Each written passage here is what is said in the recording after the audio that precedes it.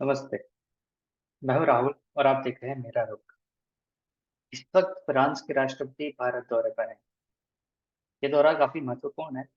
आइए इस दौरे की बारीकियों को समझते हैं और साथ ही इस दौरे से रिलेटेड मेरा क्या रुख है वो भी मैं आपको बताता हूँ।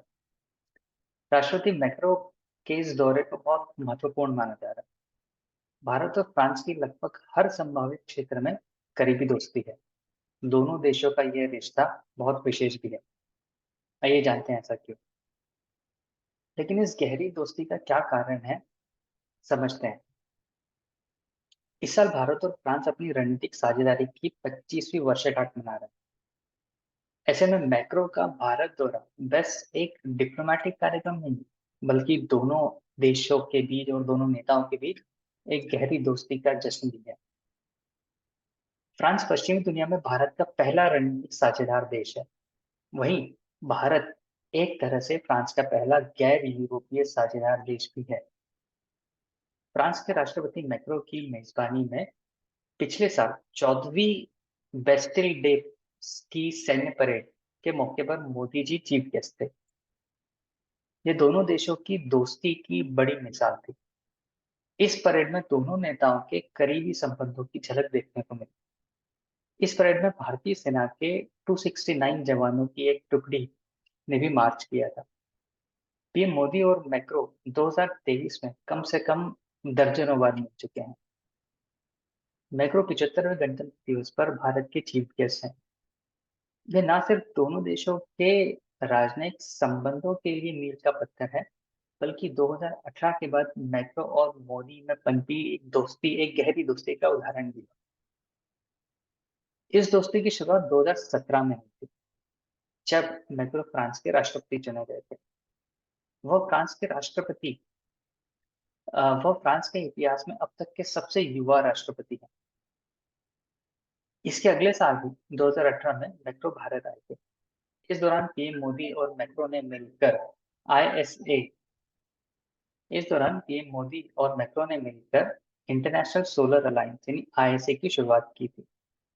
इस योजना का उद्देश्य सौर ऊर्जा को बढ़ावा देना था और ये वो पल था जब दोनों नेताओं की दोस्ती की नींव रखी गई थी। साल 2019 जब मैक्रो को पहली बार गणतंत्र दिवस के मौके पर बतौर चीफ गेस्ट इनवाइट किया गया था, यह एक ऐतिहासिक पल था। यह वह फ्रांस के पहले राष्ट्रपति हैं जिन्हें 2 बार भारत के गणतंत्र दिवस के मौके पर as a chief guest invite किया गया है।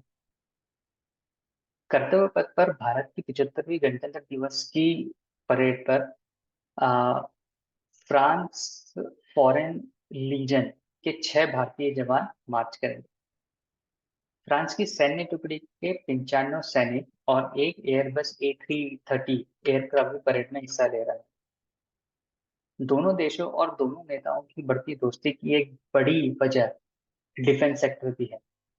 राफेल विमानों को लेकर भारत और फ्रांस के बीच 2016 में एक अहम समझौता हुआ था, जो इन दोनों देशों के बीच रिश्तों में और विश्वास में एक अहम कड़ी निभाता है।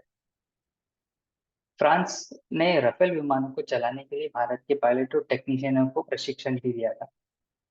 पेरिस में 2023 में 5वीं एनुअल डिफेंस डायलॉग की मंत्री स्तरीय बैठक में दोनों नेताओं ने डिफेंस क्षेत्र में सहयोग की प्रतिबद्धता को दोहराया था। फ्रांस भारत के साथ हर मुद्दे पर खड़ा रहा है। संयुक्त राष्ट्र सुरक्षा परिषद में हर जरूरी मामले पर मैक्रो सरकार ने भारत के प्रति अपना समर्थन जताया है। इसमें दोनों देशों के संबंध में लगातार मजबूती आ रही है। आतंकवाद से निपटना हो, समुद्री सुरक्षा और क्लाइमेट चेंज जैसे मामले पर फ्रांस ने भारत की हर बात का समर्थन किया है। फ्रांस ने इस बार भारत के हितों की वकालत करते हुए डिफेंस से लेकर ट्रेड, निवेश, साइंस, टेक्नोलॉजी, एजुकेशन, कल्चर हर क्षेत्र में एक दूसरे को मदद करने का विश्वास जताया है। फ्रांस में भारत में फ्रांस की लगभग 1,000 से ज्यादा कंपनियां ऑपरेट करती है और 2022-23 में दोनों देशों के बीच कारोबार जो था वो 10.2 अरब डॉलर का था। इससे आप समझ सकते हैं कि दोनों देशों में कारोबारी रिश्ते कितने मजबूत हैं और दोस्ती कितनी गहरी है। सब लोग सोच रहे होंगे कि दिल्ली के बजाय जयपुर में रोड शो क्यों किया गया। इसकी भी एक इंटरेस्टिंग वजह है। वो इसलिए क्योंकि राजस्थान के जयपुर में सबसे ज्यादा पर्यटक, अगर विदेशी पर्यटक अगर आते हैं तो फ्रांस से ही आते हैं, जिनकी संख्या लगभग 14% है।